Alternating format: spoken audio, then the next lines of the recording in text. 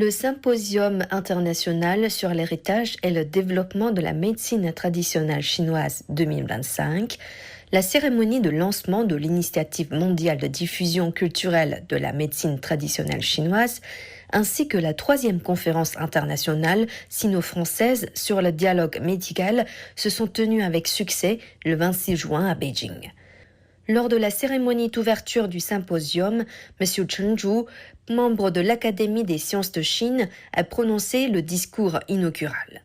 Éric Alauzet, ancien président du groupe d'amitié France-Chine de l'Assemblée nationale de France, a aussi donné un discours intitulé « Renforcer les coopérations pour développer la médecine traditionnelle chinoise à l'international ».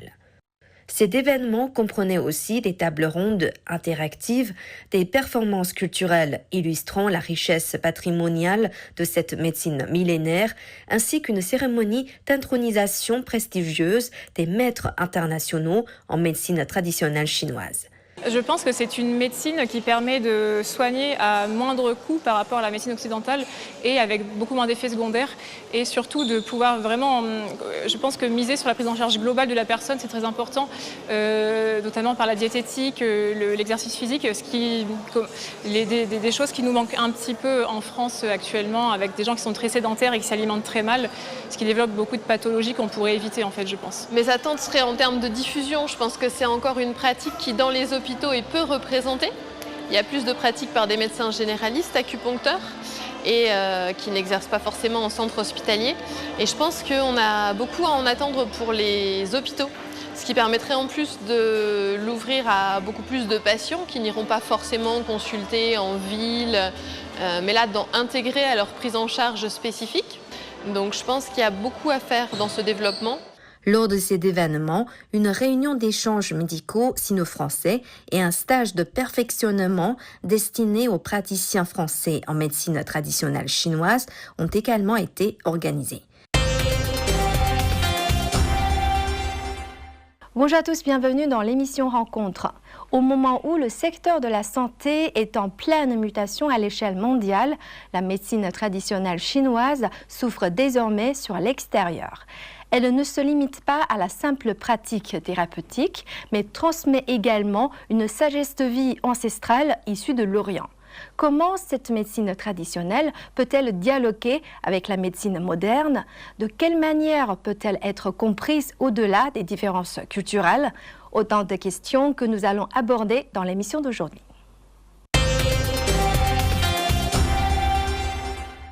Bonjour Monsieur Alauzet. Bonjour. Vous êtes ancien président du groupe d'amitié France-Chine. Comment percevez-vous l'approfondissement continu de la coopération sino-française dans le domaine de la santé et des soins médicaux? Je l'aperçois d'abord comme une opportunité, une chance à saisir. On a des enjeux sanitaires très importants qui sont de plus en plus mondiaux, on l'a vu avec le Covid.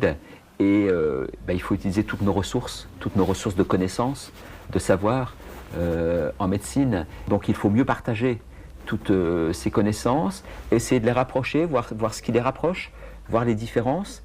Mais en tout cas, c'est de les intégrer pour avoir une médecine qui soit complète, qui soit globale et qui permette de faire face à toutes les situations et partout dans le monde. Donc voilà, il faut bien connaître toutes les ressources. Alors on ne peut pas tout savoir à titre individuel. Et c'est aussi pour ça que c'est important de travailler en communauté et que les gens, même s'ils ne maîtrisent pas, les médecins notamment, ils ne maîtrisent pas toutes les techniques, ils sachent qu'elles existent et qu'ils puissent faire appel par leur réseau à des médecins qui complètent leur savoir d'une façon ou d'une autre. Et donc face à ces défis mondiaux de santé notamment, on ne peut pas se permettre de laisser de côté les connaissances et les savoirs. Donc c'est important que partout on connaisse la médecine occidentale, on connaisse la médecine traditionnelle chinoise, voire d'autres médecines ancestrales mais modernisées. Il faut aussi que tout ça se confronte parce que moi je sais que quand j'ai commencé à apprendre l'acupuncture, les maîtres qui nous apprenaient l'acupuncture ils disaient mais si vous voulez comprendre quelque chose, laissez de côté votre pensée occidentale, sinon vous n'allez rien comprendre.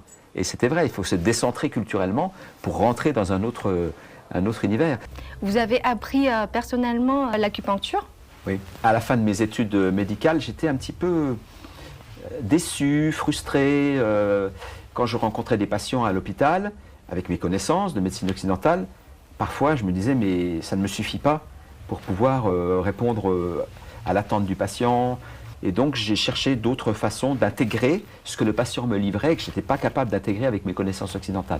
J'ai cherché et j'ai trouvé l'acupuncture, et après mes études médicales, je me suis formé en acupuncture, parce qu'on fait surtout de l'acupuncture en France, plus que la pharmacopée chinoise, enfin l'acupuncture, les moxas, les massages. Et j'ai trouvé des réponses complémentaires. C'était pas une façon d'éliminer, d'écarter la médecine occidentale, parce qu'elle est précieuse et elle est très utile, et d'ailleurs, y compris en Chine, on s'en sert beaucoup. Mais voilà, j'avais besoin de compléments, et ces compléments, je les ai trouvés dans l'apprentissage de la médecine traditionnelle chinoise. Et donc, j'ai fait 3 ans de formation à la fin de mes 7 années d'études classiques, et je me suis installé dans un cabinet privé comme médecin acupuncteur. Et j'ai fait principalement de l'acupuncture pendant 40 ans. Et quel est le regard en général des Français sur cette médecine traditionnelle chinoise? Alors, il est très positif. Il est très positif. Ce qui avait attiré l'attention des Français sur l'acupuncture, c'était un reportage qui était passé dans les années 60, donc vous voyez, il y a assez longtemps, sur une intervention chirurgicale qui se faisait sous acupuncture. Alors, c'est pas une anesthésie du coup, puisqu'on n'endort pas les gens, mais on appelle ça une analgésie. Ça enlève la douleur et ça permet d'opérer. C'était, je crois, une opération sur la thyroïde. Et ça avait évidemment complètement stupéfait les Français. Évidemment, pas tous les Français, et pas dans tous les milieux, tout le monde mais il y a beaucoup de Français qui pratiquent l'acupuncture ou les médecines complémentaires d'une manière générale.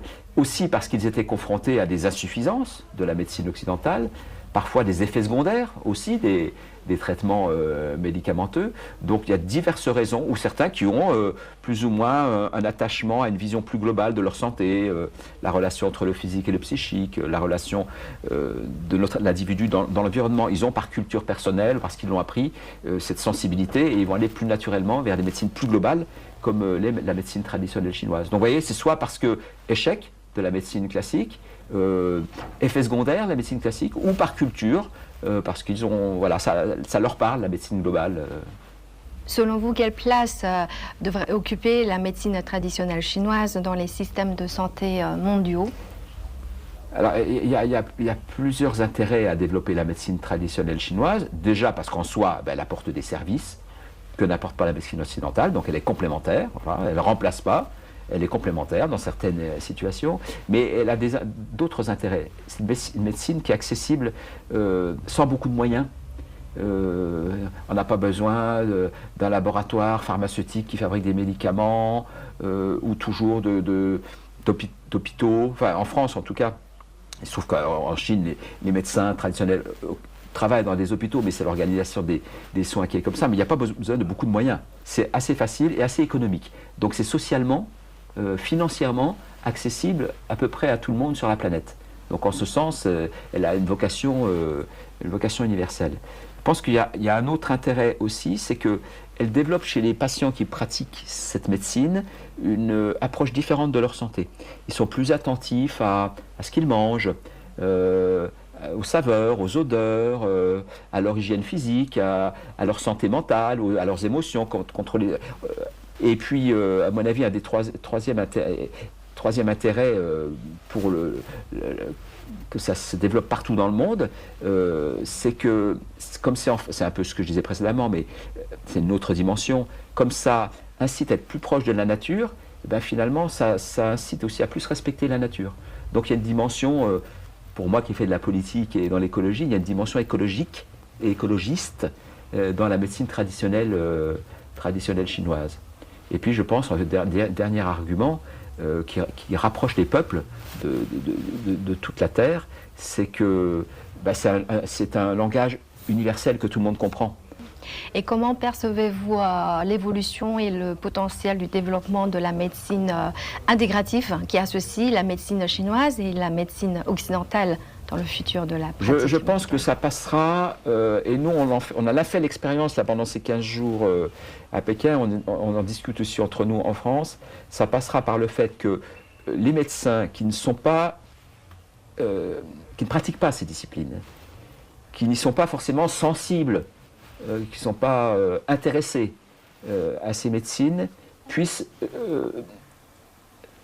qu'on puisse les amener à regarder ce qu'est cette médecine. Quand je suis cardiologue, quand je suis rhumatologue, gastro-entérologue, que j'ai une connaissance très scientifique du corps humain, je sais faire certains examens, je sais presque certains traitements, faire des opérations, mais que même si je ne suis pas un médecin de médecine traditionnelle chinoise, je puisse être ouvert à cette médecine et qu'on puisse amener des médecins spécialistes, qui sont souvent dans leur couloir, dans leur discipline, à s'intéresser, à regarder cette discipline, à en connaître les potentiels pour qu'éventuellement, progressivement, ils s'y intéressent et puissent au moins travailler en collaboration avec des réseaux, avec les médecins qui pratiquent ces médecines-là.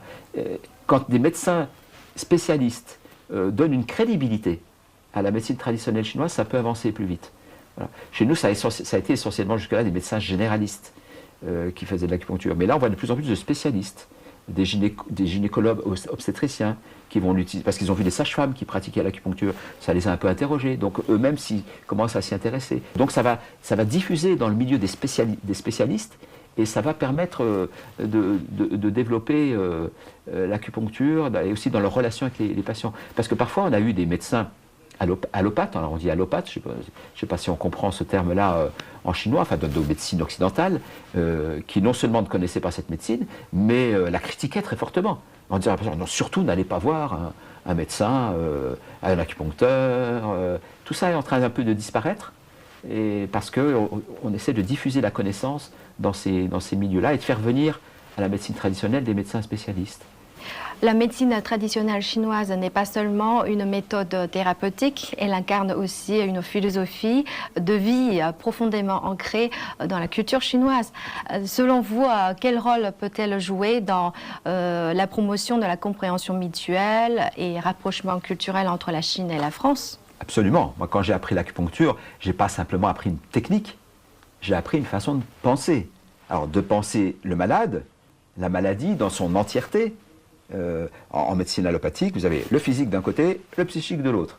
Alors que là, vous mêlez le psychique et le physique. Comme je vous le disais tout à l'heure, en médecine allopathique, on a un peu extrait l'homme de son environnement et de la nature. Alors que là, vous rebranchez l'homme dans son environnement et dans la nature. Donc moi, ça m'a appris ça apprend ça aux praticiens et indirectement aux patients, parce qu'on leur explique comment on conçoit la maladie, et donc ça a fortement influencé ma vie, et pas seulement ma médecine, mais aussi la façon dont moi je vivais, dont je m'occupais de moi, dont je concevais le monde. Et je vais vous dire, c'est même aller plus loin, puisque c'est même ce qui a motivé mon engagement en politique. Et donc, progressivement, la médecine traditionnelle chinoise peut emmener les gens, au-delà des soins qu'ils pratiquent, vers une conception différente d'eux-mêmes, de leur vie et du monde. Et avec en plus cette vision universelle du monde. Merci. Merci à vous.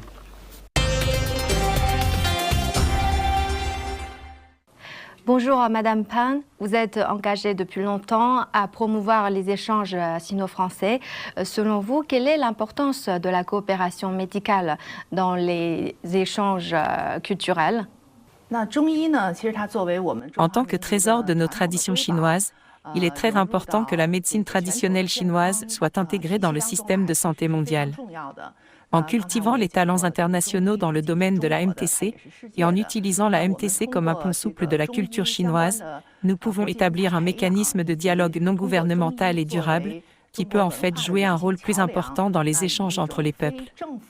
De plus, en Europe, la popularisation et la promotion de la médecine traditionnelle chinoise dépassent largement notre imagination.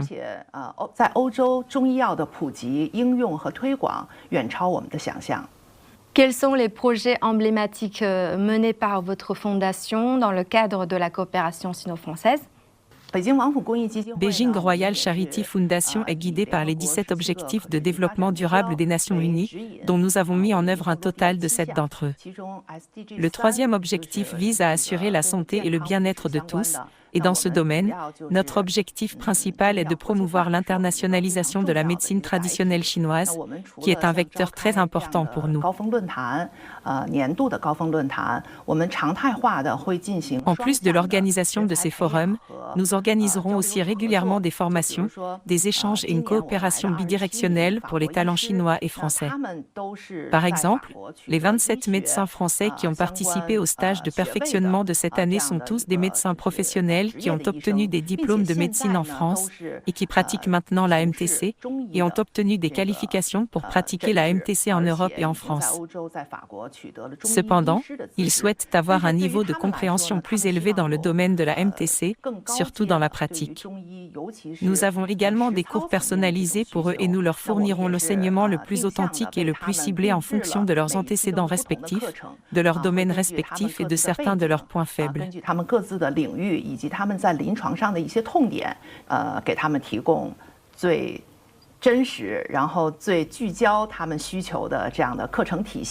Nous avons eu près de 30 médecins lors de la première édition l'année dernière et cette année, 27 médecins français étaient présents.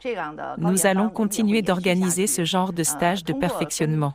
À travers les échanges de ces deux sessions, nous constatons également que la demande pour ce genre de stage de perfectionnement est grande. Nous ferons également venir des médecins chinois en France afin que nous puissions apprendre les uns des autres. Parce qu'en France et en Europe, qu'il s'agisse de la MTC ou de la médecine occidentale moderne, ils sont en fait très avancés et il y a beaucoup de choses qui valent la peine d'être apprises et de prendre les expériences. Par exemple, j'ai visité la faculté de médecine de l'université d'Amiens et j'ai visité leur centre de formation multilingue, leur centre de chirurgie plastique faciale et leur centre d'enseignement par simulation dirigé par la technologie de simulation, etc. Je pense que tout cela vaut la peine d'être approfondi. Par conséquent, à l'avenir, nous espérons promouvoir les échanges et la coopération chinoise par le biais des échanges et de la coopération entre la Chine et la France, et en même temps rayonner dans le monde entier et promouvoir aussi la coopération sino-africaine, la coopération sino-américaine, etc. Partout où il y a un besoin, nous voulons institutionnaliser ce modèle. En même temps, nous espérons également que, avec nos efforts, nous pourrons promouvoir la MTC en tant que discipline pour qu'elle entre véritablement dans le système d'enseignement supérieur occidental et fasse partie de leur éducation académique, ce qui est la véritable intégration. Selon vos observations, quel est le regard des jeunes Français sur la médecine traditionnelle chinoise et la culture orientale qu'elle incarne ?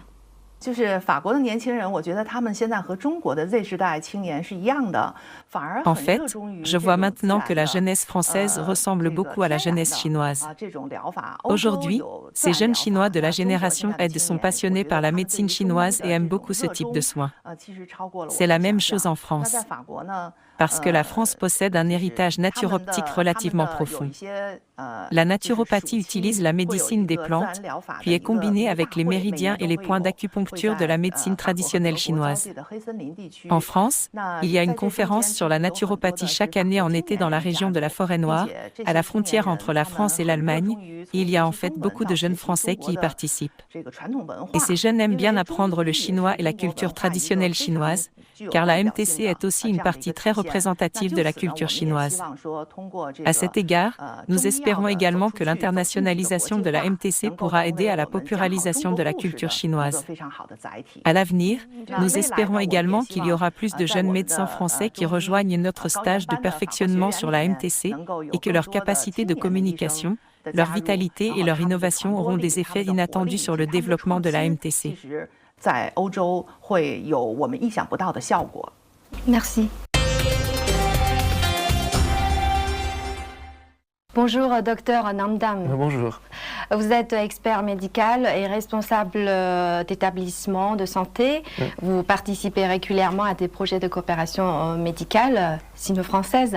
Pouvez-vous partager avec nous certains résultats et expériences marquantes? Oui, alors l'expérience marquante, c'est de trouver des jeunes talents issus de nos formations, parce que je suis le directeur de la formation d'acupuncture médicale à Paris-Nord-Sorbonne, et nous avons la chance d'avoir beaucoup dans notre établissement des médecins généralistes et spécialistes, et on voit de plus en plus maintenant des spécialités médicales comme l'oncologie, la radiothérapie, d'autres spécialités encore comme la rhumatologie s'intéresser de plus en plus grand à l'acupuncture. Donc nous formons ces talents, ces jeunes talents qui sont déjà médecins de médecine occidentale, et nous leur ouvrons la porte de la médecine traditionnelle chinoise. Et du coup, j'ai eu la chance de recevoir par l'École royale et le groupe Phaseul le titre d'ambassadeur international pour promouvoir justement la MTC pour les jeunes talents de demain. Quand vous travaillez avec l'équipe chinoise, les médecins chinois, avez-vous observé des différences notables dans par exemple, les conceptions médicales, les modes de gestion ou la perception des patients? Alors, ce qui est intéressant avec l'expérience du stage en Chine, c'est de voir comment, en Chine actuellement, on intègre la MTC avec l'exercice de la médecine occidentale. Et on voit très bien qu'il y a une grande compétitivité avec des résultats très satisfaisants en termes de soulagement de douleur, soulagement en fait des résultats pour le cancer, parce que la médecine traditionnelle chinoise maintenant se marie très bien avec la médecine occidentale. Et on voit que déjà la Chine a fait ce pas-là, et c'est à nous, à l'international, de promouvoir justement ce rassemblement médical et qui va constituer la médecine de demain. Pouvez-vous nous fournir un exemple concret des effets positifs de la... Un des effets positifs, c'est surtout, comme dans le thème du colloque, au niveau de l'oncologie. Beaucoup de traitements oncologiques provoquent beaucoup d'effets secondaires. Nausées, vomissements, des douleurs très importantes, une grande fatigue. Et on sait que les traitements les plus efficaces, malheureusement, provoquent ces effets-là.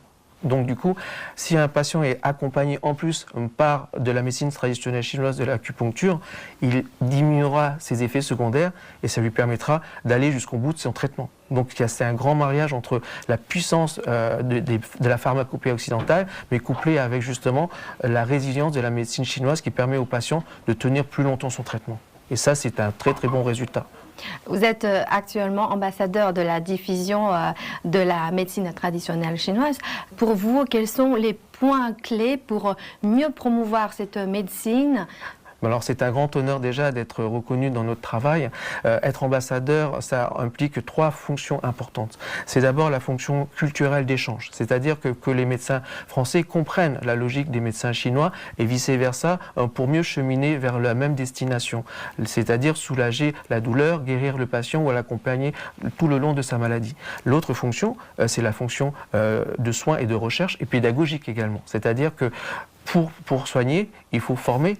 Pour former les jeunes talents, donc c'est l'enseignement. Continuer de favoriser les échanges internationaux et diffuser justement les nouvelles technologies de Chine à l'international. Pour mieux comprendre la médecine traditionnelle chinoise, il faut la comprendre. Et donc pour la comprendre, il faut des outils pédagogiques. Et ça permet aussi également que l'international offre aussi ces outils pédagogiques à la Chine pour mieux comprendre les enjeux de demain également. Et puis le troisième axe, enfin, c'est l'axe de la recherche clinique.